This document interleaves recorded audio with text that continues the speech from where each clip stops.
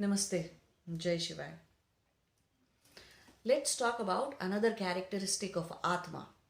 So, the first characteristic that we discussed was Jnana, Jnana of Sukha and Dukkha, wisdom about happiness and unhappiness that is inherent in Atma. It's one of the basic characteristics of Atma. If you haven't watched that video, I would highly recommend that you do watch that video, because this video now should be watched after understanding that first video in the Atma series. So you go watch that one first if you haven't. Otherwise, if you have, then let's continue with that. So the Jnana of Sukha and Dukkha. If the Jnana of Sukha and Dukkha is polluted for an Atma, okay, then it propels you towards Sansara. Then what does that mean actually?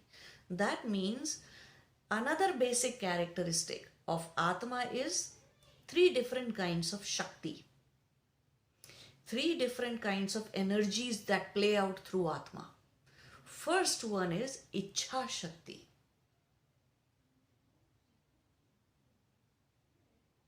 Okay.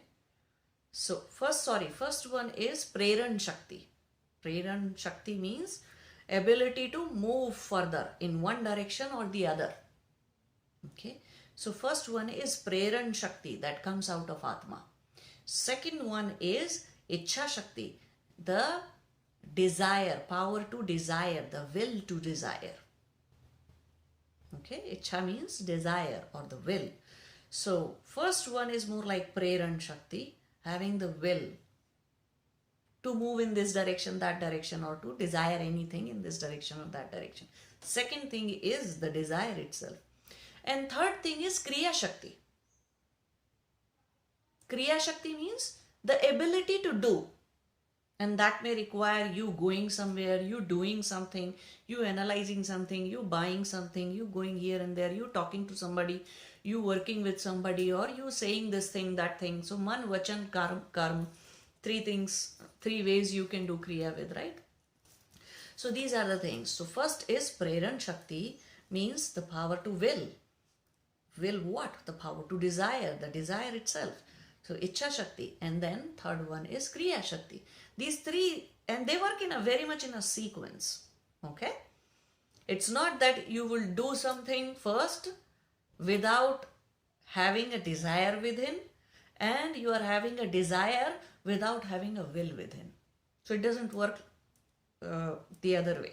It's always from will to desire to Kriya, ability to do, to make efforts. Okay, so efforts are made.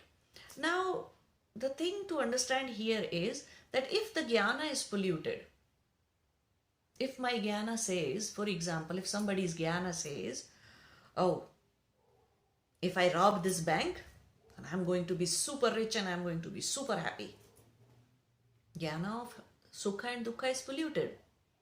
So this person will have the will to have a desire to rob a bank.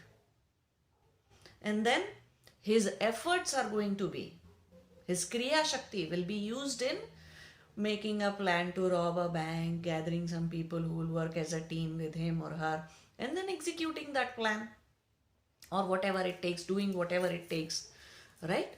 So this is what has happened when the Jnana was impure.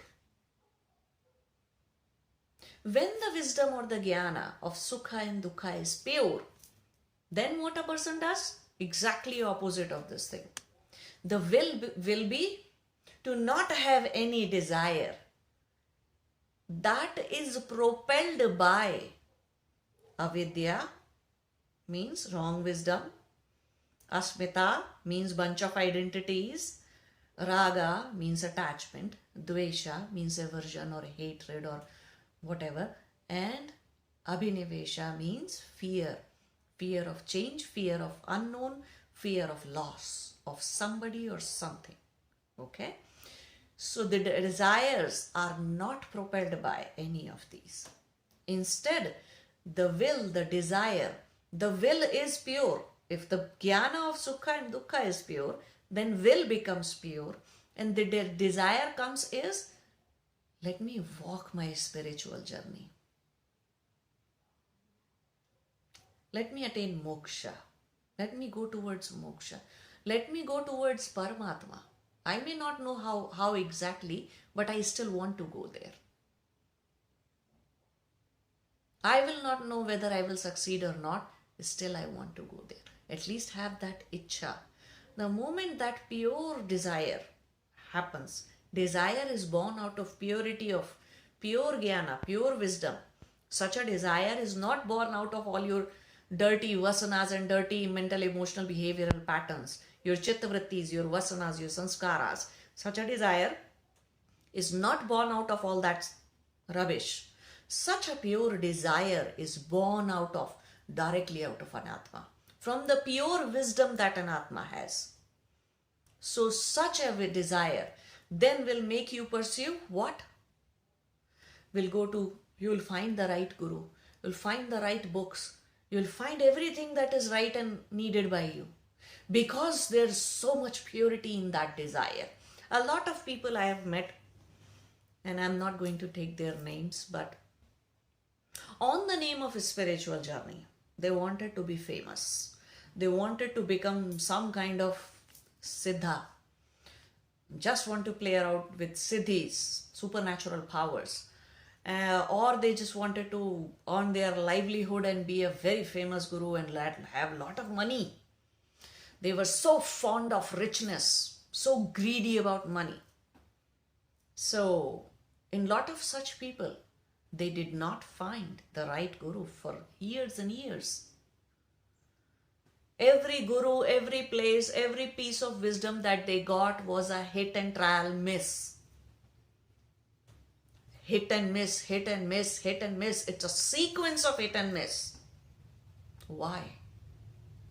Why did not universe serve you on the platter if your desire is pure and well? So, you remember we say that, you get what you actually are desiring from within. How you see it, how you perceive it, how your mind understands it is a different story. But you get exactly what you are looking for. That which is seeking you, that what you are seeking is seeking you too. So if your desire has purity within, if it is born out of pure jnana of sukha and dukkha, then you will find the right guru. You will find an enlightened being as a guru. He may or she may not be in the body. So what? Your knowledge, your journey will be complete in this very lifetime. So always learn to see when you are doing introspection, see how pure is the desire within. Is your desire propelled by all your mental, emotional, behavioral patterns? Your chitta vrittis, your vasanas, your sanskaras? Is your desire propelled by that? Or is your desire born out of the purity of jnana within, purity of wisdom within? Namaste. Jai Shiva.